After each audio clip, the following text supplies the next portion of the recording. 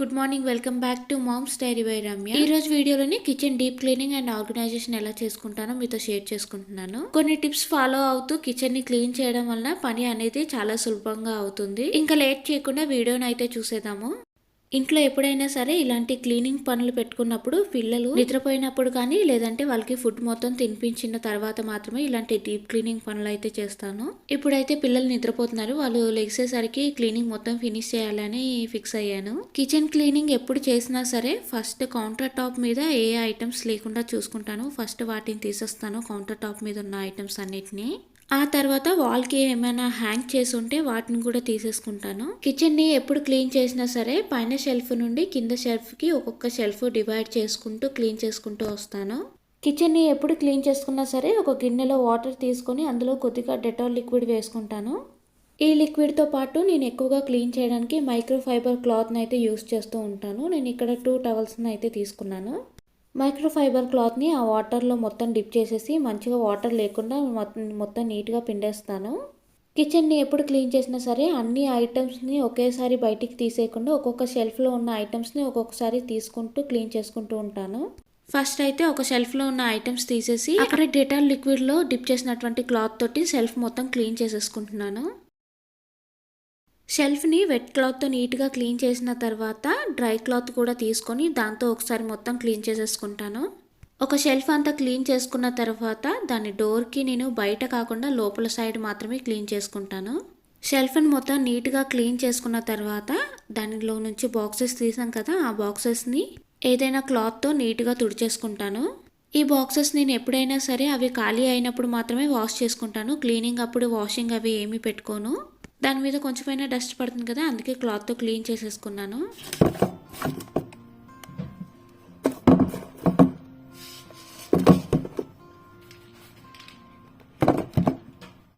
ఒక side shelf అంతా clean అయిపోయిన తర్వాత వాటన్నిటిని క్లాత్తో క్లీన్ చేసుకున్న తర్వాత మళ్ళీ తిరిగి షెల్ఫ్లోకి అయితే సర్దేసుకుంటున్నాను.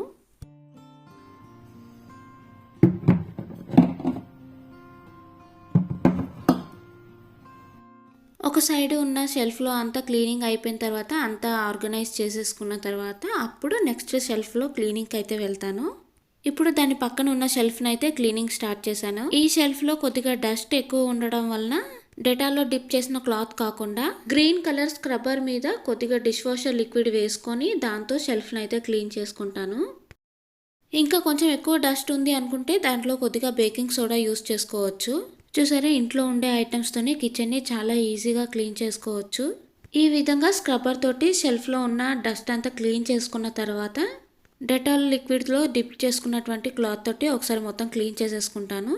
ఇప్పుడైతే ఆ షెల్ఫ్లో పెట్టాల్సినటువంటి బాటిల్స్ అన్నిటిని కూడా ఒక క్లాత్ తోటి అయితే క్లీన్ చేసేసుకుంటున్నాను. ఏదైనా డస్ట్ ఉన్నా సరే తొందరగా వెళ్ళిపోతుంది.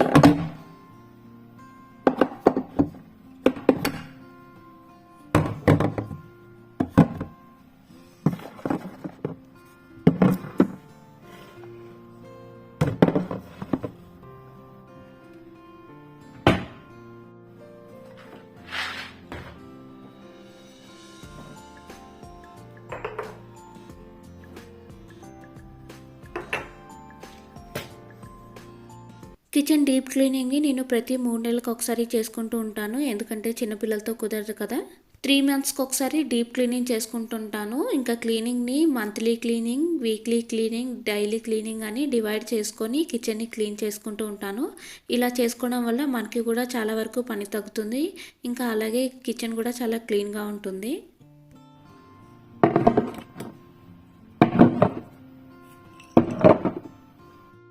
పైన ఉన్న షెల్ఫ్లన్నీ క్లీన్ అయిపోయాయి కాబట్టి ఇప్పుడు కౌంటర్ టాప్ కింద ఉన్న షెల్ఫ్ని క్లీన్ చేసుకోవాలి.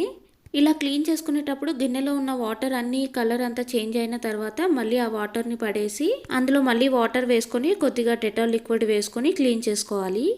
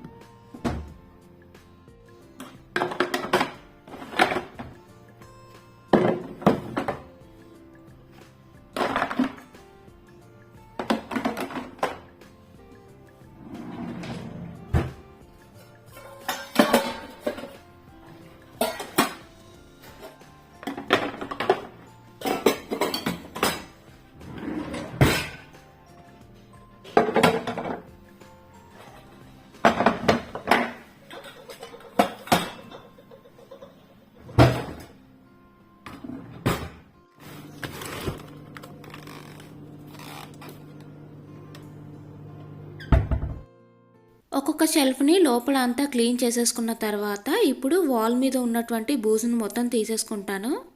ముందే బూజుని దులిపేయడం వలన అది డస్ట్ మొత్తం బాక్సెస్ మీద పడే ఛాన్సెస్ ఉంటుంది. అందుకని అవన్నీ మొత్తం క్లీన్ చేసి లోపల పెట్టేసిన తర్వాత అప్పుడు బూజుని మొత్తం తీసేసుకుంటే పని కూడా ఈజీగా అవుతుంది. వాల్ మీద ఉన్న డస్ట్ అంతా క్లీన్ చేసుకున్న తర్వాత ఇప్పుడు షెల్ఫ్ లోపల అంతా క్లీన్ చేసుకున్నాం కదా ఇందాక, ఇప్పుడు బయట క్లీన్ చేసుకుంటాను అనమాట. ఇలా చేసుకోవడం వల్ల ఇంకా వర్క్ అనేది ఈజీగా అవుతుంది. నేను ఇక్కడ యూస్ చేస్తున్న స్ప్రే బాటిల్లో ఉన్న లిక్విడ్ ఇంట్లో చేసుకున్నది. నిమ్మకాయ తొక్కలు ఇంకా బేకింగ్ సోడా కొద్దిగా డిష్ వాషర్ లిక్విడ్ వేసి చేసుకున్నటువంటి లిక్విడ్ అనమాట అది. నేను ఎక్కువగా కిచెన్ని దీంతోనే క్లీన్ చేస్తూ ఉంటాను. చాలా నీట్గా క్లీన్ అయిపోతుంది. ఒకవేళ వీటికి ఎక్కువగా జిడ్డు మార్కలు అలా ఉంటే బయట లిక్విడ్స్ని యూస్ చేస్తే చాలా తొందరగా నీట్ అయిపోతుంది. ఇది లైట్గా ఉండటం వల్ల నేను ఇంట్లో ఉన్న క్లీనర్తోనే యూస్ చేస్తున్నాను. డ్రై క్లాత్తో కూడా ఒకసారి నీట్ చేసేసుకుంటున్నాను, తడి ఏమీ ఉండకుండా. పైన షెల్ఫ్లన్నీ క్లీన్ అయిపోయాయి కదా, ఇప్పుడు కిచెన్ కౌంటర్ టాప్ దగ్గర ఉన్నటువంటి టైల్స్ని కూడా క్లీన్ చేసేసుకుంటాను. 1 by 1 క్లీన్ చేసుకుంటూ వస్తాను అన్నమాట. దీన్ని క్లీన్ చేయడానికి గ్రీన్ కలర్ స్క్రబ్బర్ని మొత్తం ఒకసారి తడిపేసుకున్న తర్వాత అందులో కొద్దిగా డిష్ వాషర్ లిక్విడ్, కొద్దిగా బేకింగ్ సోడా అయితే వేసుకున్నాను. కొద్దిగా లిక్విడ్ని స్ప్రే చేసుకున్న తర్వాత స్క్రబ్బర్ తోటి ఒకసారి మొత్తం క్లీన్ చేసేసుకున్నాను.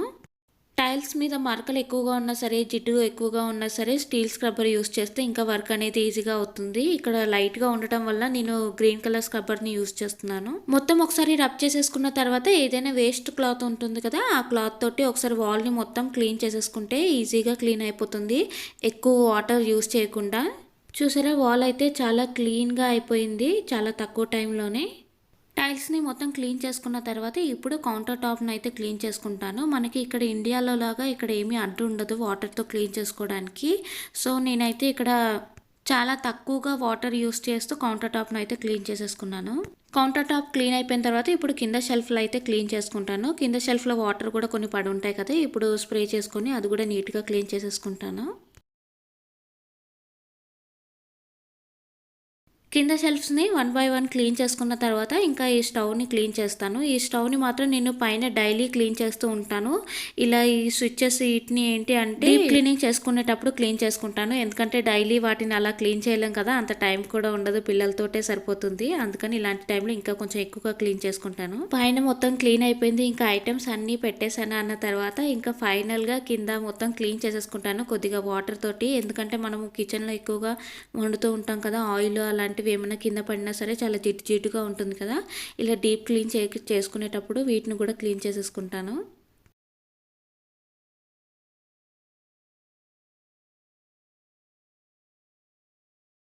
కిచెన్ని మొత్తం క్లీన్ చేసేసుకున్న తర్వాత ఇంకా కౌంటర్ టాప్ మీద ఉన్న ఐటమ్స్ అన్నీ ఎక్కడక్కడ సర్దేసుకుంటాను. నేను ఈ కిచెన్ని మొత్తం క్లీన్ చేసుకొని ఆర్గనైజ్ చేసేలోపు పిల్లలు కూడా నిద్రపోయి లేచారు అనమాట. ఇంకా ఫాస్ట్గా కౌంటర్ టాప్ మీద ఐటమ్స్ అయితే పెట్టేసుకుంటున్నాను.